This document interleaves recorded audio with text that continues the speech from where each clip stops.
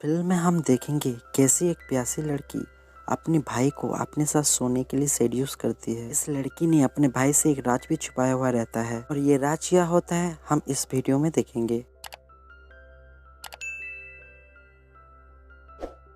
Movie की शुरुआत में हम मार्क को देखते हैं जो अपने दोस्त लोगों के साथ पार्टी करता हुआ रहता है। पार्टी करने के बाद मार्क अपने एक दोस्त के साथ इंटीमेट भी होने वाला रहता है और वो लड़की उसे रोक देती है, यानी फिल्म की शुरुआत में ही वो बंदे का कट जाता है। इसके बाद मार्क सभी संस्कारी लड़कों की तरह घर जाके फोन देखता है और रात में हिलाने के बाद सो जाता है। अगले दिन मार्क की माँ उनसे जगाते हैं और बोलते हैं कि आज उनके अंकल उनसे मिलने आ रहे हैं। बाद में मार्क के अंकल उनके होने वाले वाइफ जीना के साथ उनके घर आते हैं। जीना असल में रसिया की होती है।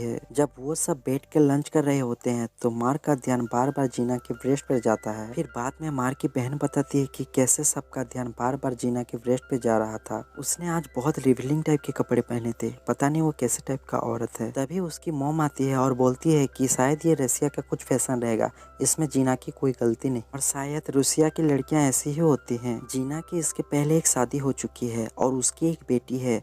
जीना उसकी बेटी को लाने रूसिया गई हो रहती है। कुछ दिनों बाद ये सब जीना और उसके बेटी को ले जाने के लिए एयरपोर्ट पे जाते हैं। वहाँ पे मार्क जीना की बेटी नताशा से मिलता है जो कि 14 साल की है। कुछ दिनों के बाद मार्क के अंकल और जीना की शादी हो जाती है और मार्क सिर्फ नताशा को देखते रहता है और नताशा वहाँ पे बोर होती रहती है। शादी के बाद सब लोग मार्क के घर जाते हैं और मार्क नताशा को घर दिखाते रहता है और मार्क नताशा को अपने रूम में लेके जाता है। नताशा पूछती है तुम अपने रूम में क्या क्या करते हो। मार्क उससे कहता है कि मैं तो बस यहाँ पर टीवी देखता हूँ और पढ़ाई करता हूँ। तब नताशा उसे पूछती है क्या तुम अपने रूम में किसी के साथ सोए नहीं हो। मार्क ये सुनकर चौंक जाता है और बोलता है कि तुम तो सिर्फ 14 साल की हो, तुम ये सब कैसे कह सकती हो, क्या तुम्हें शर्म नहीं आती। तब नताशा बोलती है कि मुझे कुछ फर्क नहीं पड़ता, मैं ये सब 100 बार कर चुकी हूँ, अगर तुम चाहो तो मैं तुम्हारे साथ भी कर सकती हूँ। मार्क कहता है कि आप हम कजन्स हैं और मेरे अंकल तुम्हारे मॉम से शादी कर चुके हैं। तब नताशा बोलती है कि मेरे मॉम बहुत घटिया टाइप के हैं, वो बहुत लड़के के साथ कर चुकी है और मैंने उन्हें बहुत आदमियों के साथ करते हुए देखा भी है। मार्क ये सब में कुछ नहीं कहता और नताशा उसे देख के बस हंसने लगती है। कुछ दिनों के बाद मार्क की मॉम उससे कहती है कि तुम्हें नताशा का ख्याल रखना होगा, वो इस देश में नहीं है और यहीं पे वो अपनी पूरी जिंदगी बिताने वाली है और उसके कोई दोस्त भी नहीं है, इसलिए तुम उसके साथ टाइम स्पेंड करो क्योंकि वो अब तुम्हारी कजन्स है। अगले दिन मार्क नताशा के घर जाती है जहाँ जीना उसे बैठने के लिए बोलती है और उसके साथ बात करने लगती है। वो बोलती है कि नताशा एक अलग टाइप की लड़की है, वो अकेला रहना चाहती है, अगर वो उस पर गुस्सा हो तो मार्क को बुरा मानना नहीं चाहिए। इसके बाद जीना नताशा को बुलाती है। इन दोनों के बीच कुछ बातें चल रहा होता है तो नताशा वहाँ से गुस्सा से चली जाती है। मार्क भी उसके पीछे पीछे चले जाता है। बाहर में नताशा मार्क से बोलती है कि वो उसकी मोम के मुंह भी देखना नहीं चाहती, वो अपनी मोम से बहुत नफरत करती है, उसे यहाँ पर लाके उसके लाइफ को बर्बाद करती है। इसके बाद मार्क नताशा को लेकर अपने दोस्त रूपर्स के घर लेके जाता है जहाँ उसे मिलने के बाद नताशा मार्क से पास उसके बारे में पूछती रहती है। तब मार्क नताशा को बोलता है कि रूपर्स घर में अकेला रहता है क्योंकि उनके पेरेंट्स बाहर देश घूमने गए हुए हैं। इसके बाद ये दोनों साथ में लंच करते हैं और दोनों म्यूजिक भी सुनते हैं। फिर मार्क नताशा को उसके घर छोड़ देता है। नताशा बोलती है कि मैं कल तुम्हारे घर मिलने आऊंगी। फिर हम देखते हैं कि नताशा अगले दिन मार्क से मिलने पहुंच जाती है। वो लोग कुछ देर बैठ के बातें करते हैं और फिर मार्क बोलता है कि वो कौन सा बुक पढ़ रहा है। इसके बाद ये लोग साइकिलिंग करने बाहर जाते हैं। फिर हम देखते हैं कि मार्क अपने दोस्त लोगों के साथ मिलकर गांजा बेचता है और इस बारे में नताशा को पता चल जाता है और वो मार्क से पूछती है कि क्या मैं भी तुम्हारे साथ मिलकर गांजा स्मोक कर सकती हूँ। अगले दिन नताशा फिर से उसके घर जाती है। तब मार्क उसके लिए थोड़ी सी वेट लेके आता है और पहले वो खुद स्मोक करता है और नताशा को भी अपने साथ स्मोक करवाता है। नताशा मार्क से परमिशन लेके मार्क के लैपटॉप को शुरू करती है और तभी लैपटॉप पर अचानक पोर्न वीडियो शुरू हो जाती है जो मार्क बंद करना भूल गया था। यह देखकर नताशा को काफी मजा आता है और तभी नताशा लैपटॉप को लेके मार्क के पास आती है और उसे कहती है कि मैं तुम्हें कुछ दिखाना चाहती हूँ। फिर नताशा उसे अपनी खुद की न्यूड फोटो दिखाती है और बोलती है कि मैं खुद फोन वीडियो बनाती हूँ। नताशा पूछती है कि क्या तुम मेरे साथ करना चाहते हो और मार्क की जवाब देने की पहले ही नताशा अपनी ब्रा उतार देती है और फिर मार्क के सामने अंडरवेयर में खड़ी हो जाती है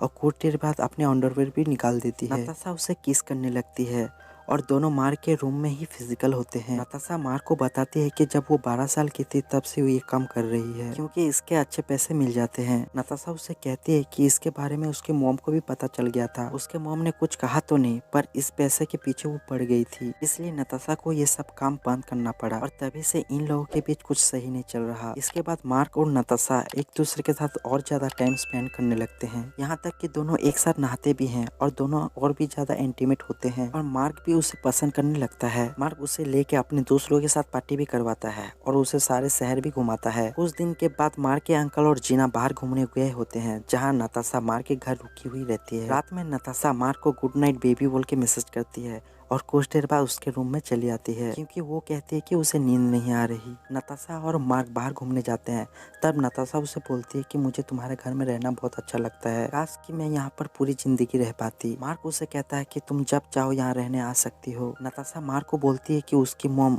उनके अंकल को धोखा दे रही है क्योंकि अभी भी उनके डैड के साथ उसकी एफआईआर है। नताशा बोलती है कि मैंने तुम्हारे अंकल को सब कुछ बता दिया, फिर भी वो मुझ पर विश्वास नहीं किए और मेरी मॉम की झूठी बातों पर आकर मुझे झूठा समझने लगे। इसके बाद जीना और मार्क के अंकल वापस आ जाते हैं और जीना नताशा को अपने साथ चलने के लिए बोलती है, पर नताशा उन्हें मना कर देती है और कहती है कि मुझे यहीं पर रहना है क्योंकि मुझे यहाँ अच्छा लग रहा है। तब जीना उससे कहती है कि मुझे पता है तुम्हें ये जगह क्यों अच्छा लग रहा है और मुझे ये भी पता है कि तुम उस लड़के के साथ क्या क्या करती हो। यह सुनकर नताशा काफी गुस्सा होती है और जीना को मारने लगती है।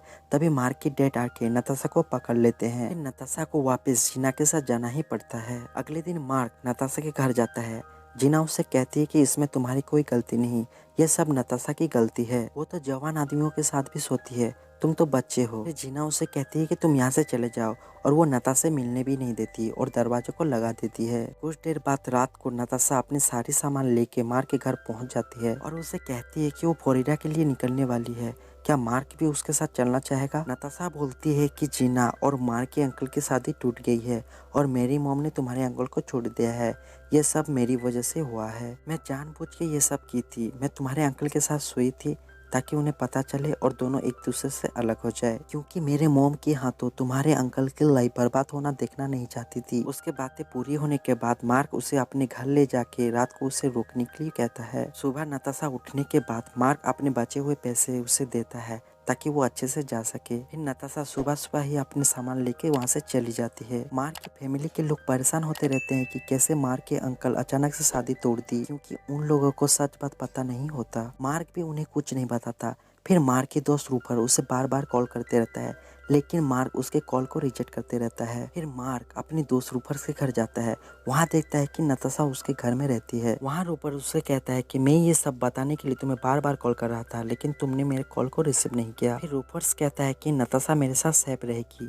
तभी वहाँ पे नताशा आ जाती है और मार्क को गुस्से से दिखती है। तब मार्क गुस्सा होकर वहाँ से चला जाता है और अपने घर वापस आ जाता है, क्योंकि वो समझ जाता है कि उसका फिर एक बार कट चुका है। और ये फिल्म यहीं पर एंड हो जाती है।